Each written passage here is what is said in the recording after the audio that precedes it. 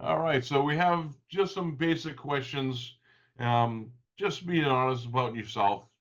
Um, so, what strength do you believe that you can share with the Virgins Guild? Well, I have been a member of the guild for a long time, a number of years. I have moved around a bit. In the course of that, I've been able to serve as a verger in very different kinds of settings. Started out here in Boulder at St. John's, my home parish, and uh, St. John's is kind of a medium big urban setting. Moved from here to a little place up in Minnesota, which was lovely little town, very small parish.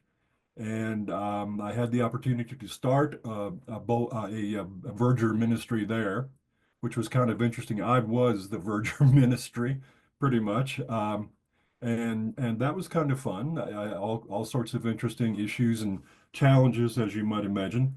Then we moved from there to Salt Lake City, of all places, and started attending church at the cathedral in downtown Salt Lake. And when I moved there, there had been a Verger ministry, but it had sort of fallen by the side. And as it happened, when we moved, our move there was almost at the same time as the arrival of the new dean. And the new dean was familiar with vergers and wanted very much to get a verger ministry going at the cathedral. So I told him I had been a verger. So he said, "Okay, you're the head verger. So start, get going." So I've had the opportunity, as I say, to start a couple of verger ministries and to work in very different kinds of settings. After Salt Lake City, we came back here to St. John's, to here in Boulder, and I've been working around vergering in a number of different places. We hosted the annual conference back in 2018 here in Denver, and that was very interesting, very intense. Had a lot of fun. Kept busy for a long time. We um, in the process of doing that, that is planning and preparing for the meeting, we put together a what was a very active group of vergers from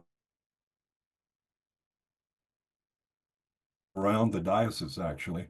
And we're able to keep that group going until along came COVID, and things have sort of slowed down since then. I'm sure that sounds familiar to a lot of folks in a lot of Yes. places. Yeah, but I don't know. I suppose to capsulate here, I've been around for a while. I've had experience in a number of different kinds of settings and environments, and I think I might be able to bring some benefit from that. Excellent. All right. The next couple of questions are situational. They may apply you to being a verger, but Uh-huh. the question is, as a verger, you've been appointed to train new acolytes.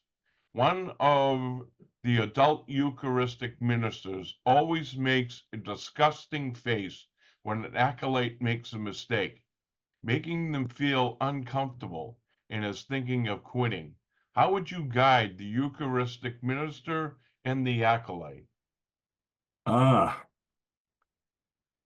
well, let's see. To start with the Eucharistic minister, I guess I would try to talk with that person in a sort of private, neutral, non-threatening kind of setting, and ask them gently if they were aware that they were making the acolyte uncomfortable, and maybe suggesting that they try not to make their displeasure quite so obvious. Um, the talking to the acolyte again in a neutral, non-threatening setting, just assure them they're doing okay. Um, Uh, everybody makes mistakes. Nobody's perfect. You're learning. You're doing fine. Don't be too concerned. The Eucharistic minister really does like you, and we're very happy to have you learning these things. So just hang in there, and things will be okay. Excellent. That's a good answer.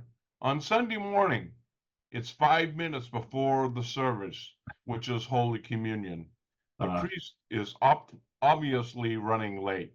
You have made several attempts to contact the priest, but unable to connect. As the head verger, how would you handle this situation? wow. Um, Well, first of all, of course, we have to let the congregation, let the folks in the parish who are there. I'm assuming they'll be there ready for things to get going. Have to let them know what the situation is and assure them that everything is okay. But we're waiting on circumstances beyond our control. It probably would be a good idea, I suppose, if possible, to maybe suggest what some alternatives might be. It's interesting. You described this scenario. Let's see, it was last year, in fact, in the winter. We had for the early morning service, we have a 7:30 service and a 9:30 service. And for the 7:30 service, I remember we got a call from the priest Hmm. who who was driving in through a blizzard, and she said, I don't know if I'm going to make it or not. So we fell back quickly on going through the morning prayer service, Book of Common Prayer, and okay, this is what we'll do, folks.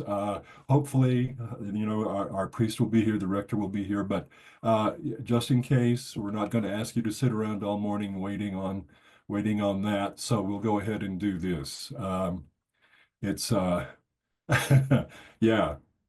That's Yeah, a sort of make it up as you go along kind of situation.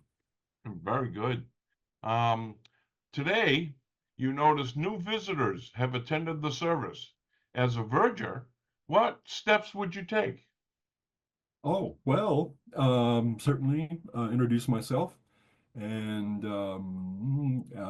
ask them some basic hi, how are you questions.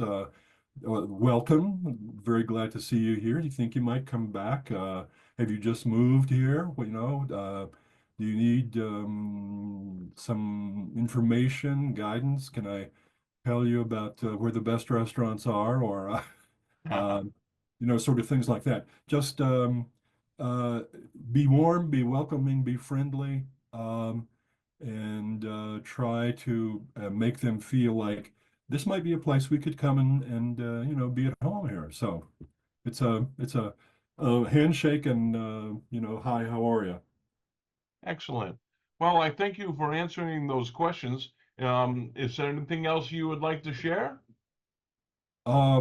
Gosh, I can't think of anything offhand. As I say, I have been a member of the guild for a long time. I've always had great respect for this group, this organization, this ministry. I think it's a very powerful and positive thing, and I'd be glad to help in any way that I can, including serving on the board.